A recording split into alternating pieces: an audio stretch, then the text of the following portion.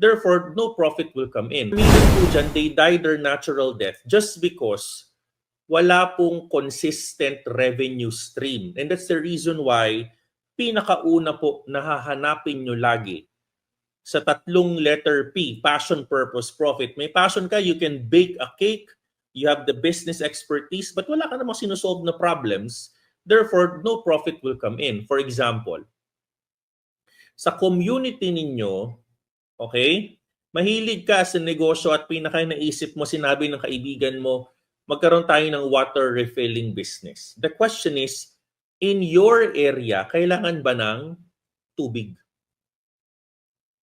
Diba? Eh kung meron ng tatlong water refilling business sa area mo, magiging red ocean yan. You're going to fight an existing industry.